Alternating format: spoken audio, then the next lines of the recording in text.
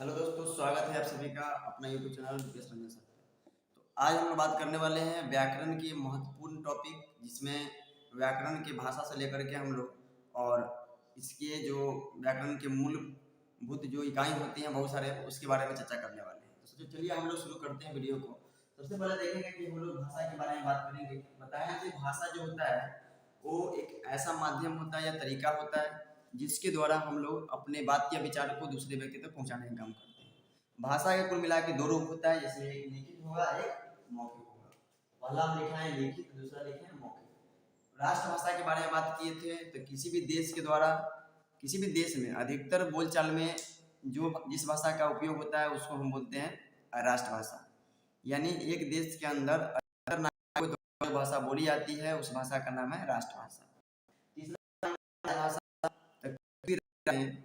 जिस भाषा का उपयोग सरकारी कामकाज में यूज किया जाता है उस भाषा का नाम क्या है? राजभाषा। तो हम लोग रहते हैं बिहार में, तो बिहार में ध्यान रखना है कि बिहार में दो भाषाएं हैं जिसका हम लोग सरकारी कामकाज के रूप में लाते हैं। एक है हिंदी और दूसरा नाम है उर्दू। ये दोनों भाषा जो है वो क्या है? ऑफिशियल लैंग्वेज है कहाँ का? अगला जो है मातृभाषा है। तो किसी परिवार माता के द्वारा या उनके परिवार के सदस्य के द्वारा जो भाषा बोला जाता है और जिस भाषा को बच्चा सीखते हैं उस भाषा को बोलते हैं मातृभाषा। यानी परिवार के सदस्य द्वारा बोली जाने वाली भाषा को बोलते हैं मातृभाषा। तो आगे अगर ध्यान दें तो हिंदी, हम लोग हिंदी व्याकरण, तो हिंदी के बारे में पूछते हैं। हिंदी अनुसूची 8 में भाषा के शामिल है। अनुसूची नंबर 143 भाषा का लिया गया है। आपका 1949 को हिंदी की राष्ट्रभाषा के रूप में शामिल किया गया। आगे बात किया जाए वर्णमाला। वर्णों के जो क्रमबद्ध समूह है उसको वर्णमाला बोलते हैं। लेकिन उससे पहले हम लोग करेंगे कि वर्ण क्या होता है या क्या होता है। तो वर्ण और अक्षर के बारे में अगर बात किया जाए तो दो चीज ध्यान रखना है कि अक्षर जो होता है वो क्या होता है और वर्ण क्या होता है। तो वर्ण ध्यान रखना है कि भाषा का एक लिखित रूप होता है वर्ण या अक्षर, जिसको हम खंड या टुकड़ा नहीं कर सकते। यानी सिंपली भाषा का वह छोटी इकाई जिसको खंड या टुकड़ा नहीं किया जाता हो, और ये ध्वनि का यानी वर्ण भाषा का एक लिखित रूप है। उसके अलावा मौखिक रूप जो होता है भाषा का, मौखिक रूप अगर पूछे आपसे वो किसको बोलते हैं तो वो बोलते हैं ध्वनि को। जो हम बोल रहे हैं ये क्या है? भाषा मौखिक रूप, यानी इसको ध्वनि बोला जाता है। जबकि इसको लिख देंगे तो लिखित बन जाएगा, तो लिखित रूप को हम बोलते हैं क्या चीज? इसको बोलते हैं वर्ण या अक्षर। उसके अलावा वर्ण का प्रकार जो है वो कुल मिलाकर के दो होता है, जिसमें आप देख सकते हैं कि एक स्वर होगा और दूसरा व्यंजन होगा। स्वर की संख्या यानी स्वर के प्रकार जो होते हैं वो 3 होते हैं। एक होता है ह्रस्व और एक होता है आपका दीर्घ और तीसरा का नाम है आपका प्लुत। ये कुल मिलाकर के आपका 3 प्रकार है इसका। उसके अलावा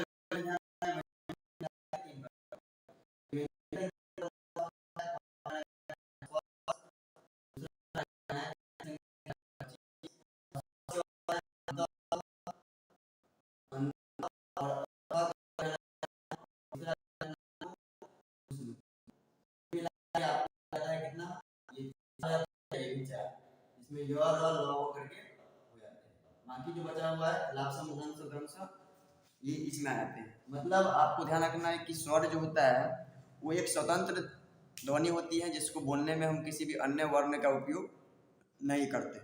जबकि व्यंजन का उपयोग हम लोग स्वर की मदद से बोलते हैं व्यंजन को। और स्वर की जो प्रकार है होता है कुल मिला के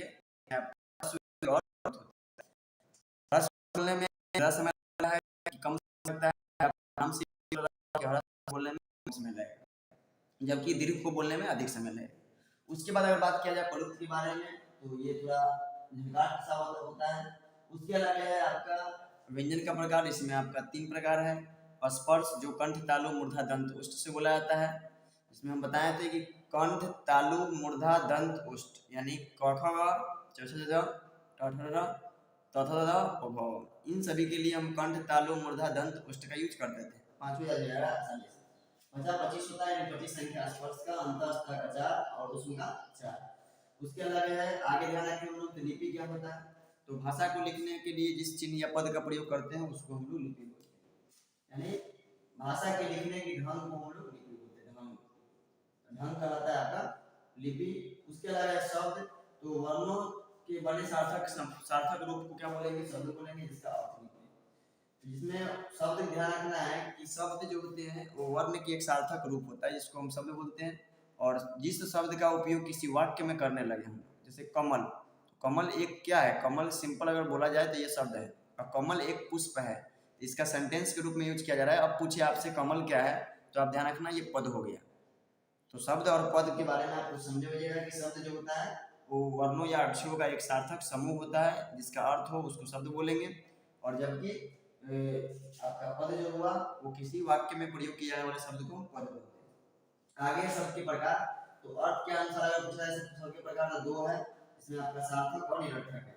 दूसरा व्युत्पत्ति के आधार पर, आश्रय के आधार पर तीन होता है, रूढ़, यौगिक और योग रूढ़। इसके बारे में जानकारी प्राप्त की हुई है। अगला है उत्पत्ति के आधार पे, तो उत्पत्ति के आधार पर होता है तत्सम, तद्भव, देशज, विदेशज। यानी शब्द का आपको चार प्रकार होते हैं, चार तरीका से। इसमें पहला होता है आपका जिसका नाम है अर्थ के आधार पे दो प्रकार, सार्थक और निरर्थक।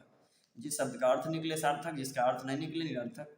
उसके अलावा अगर बात किया जाए तो शब्द का और प्रकार होता है जिसका नाम है आपका व्युत्पत्ति या रचना। इसमें शब्द का कुल मिलाकर के प्रकार जो दिया गया आपका तीन है, रूढ़, यौगिक और योग रूढ़। रूढ़ में आपको पता ही होगा कि रूढ़ जो होता है जिसको हम खंड करेंगे तो उसका अर्थ नहीं निकलेगा, जबकि यौगिक को खंड करेंगे तो अर्थ निकलेगा। और योग रूढ़ जो होता है जिसको खंड करेंगे तो कोई तीसरा ही अर्थ निकलेगा। तो उसके बारे में जानकारी दिए गएगा, लेकिन ध्यान रखिए इसमें तीन प्रकार होता है। उत्पत्ति की अगर बात किया जाए तो इसमें चार प्रकार होता है, तत्सम, तद्भव, देशज, विदेशज। तत्सम वे शब्द जो संस्कृत से डायरेक्ट संस्कृत का शब्द हो, और तद्भव वे शब्द जो संस्कृत से लिया गया हो बशर्ते हिंदी में उसका कुछ अर्थ में बदलाव किया गया। जैसे रात्रि हुआ ये तत्सम शब्द हुआ, रात जो हुआ ये तद्भव शब्द हुआ, अग्नि ये सब तत्सम हुआ, आग तद्भव हुआ। इस प्रकार से बहुत सारे शब्द है, दुग्ध तो दूध, ऐसे करके बहुत सारे शब्द जो है वो तत्सम से तद्भव में आया है संस्कृत से हिंदी में। उसके अलावा देशज है, देश में बना हुआ है, लोटा बाटी सब, पगड़ी। उसके अलावा विदेशज जो विदेश से लिया गया शब्द हो, ठीक ना, कमीज हो, उसके अलावा कानून हो, कैंची हो, ये सब शब्द विदेश से आया है। आगे बात करें हम लोग रूपांतरण के हिसाब से दो प्रकार होता है, विकारी और अविकारी। चलिए शब्द जो है ये समाप्त हुआ, आपका शब्द यहाँ पे खत्म हो गया। उसके अलावा बात करें संज्ञा के बारे में, तो संज्ञा का कुल मिलाकर पूछे तो आपको पांच प्रकार है संज्ञा का प्रकार पांच, लेकिन प्रकार अगर गणना के अनुसार पूछे संज्ञा का कितना प्रकार, तो पांच नहीं तीन ध्यान रखना है। जिसमें आप पढ़े हुएगा इंग्लिश में प्रॉपर कंटेबल, अनकंटेबल, यानी व्यक्तिवाचक, गणनीय, अगणनीय। और हिंदी में ध्यान रखिए पांच प्रकार संज्ञा कौन कौन था, तो व्यक्तिवाचक, जातिवाचक, और उसके अलावा समूहवाचक, दरवाचक और भाववाचक, ये पांच प्रकार थे। जिसके बारे में व्यक्तिवाचक में हम लोग किसी व्यक्ति विशेष के बारे में बात करते थे, जैसे मान लीजिए मोहन, सोहन, सीता, गीता। और जातिवाचक में हम लोग मोहन सोहन की जगह पे हम लोग लड़का लड़की यूज करते थे, ठीक ना। शहर की जगह पे हम लोग पटना यूज करेंगे तो व्यक्तिवाचक आ जाएगा, जबकि शहर यूज करेंगे तो जातिवाचक आ जाएगा। तो ऐसे चीज के बारे में हम लोग पढ़े थे किसमें, आपका व्यक्तिवाचक में, जातिवाचक में और समूहवाचक।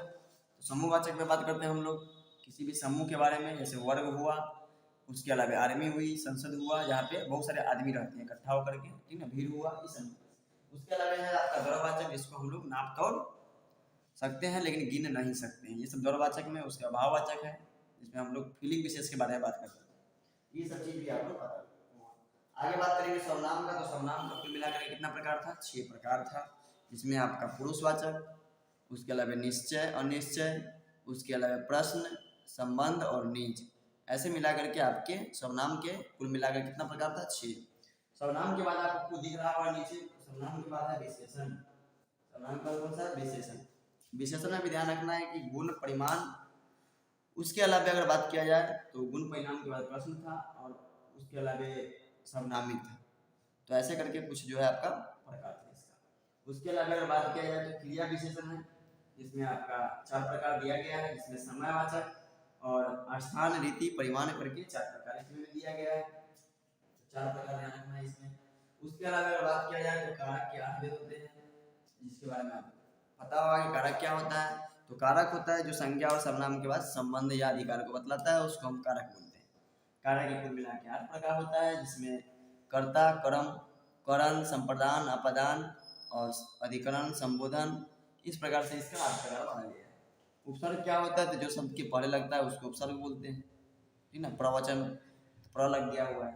प्रत्यय किसको बोलते हैं, तो प्रत्यय का जो शब्द के अंत में लगता हो, इसका 2 प्रकार होता है और इसमें कृत्य और तद्धित होता है। समास का 6 प्रकार होता है कुल मिलाकर के, इसमें आपका तत्पुरुष समास, उसके अलावा बहुब्रीहि समास, द्विअंत और अव्ययीभाव, क्रमधारय, ऐसे करके बहुत सारे प्रकार आपको 6 ध्यान रखने हैं।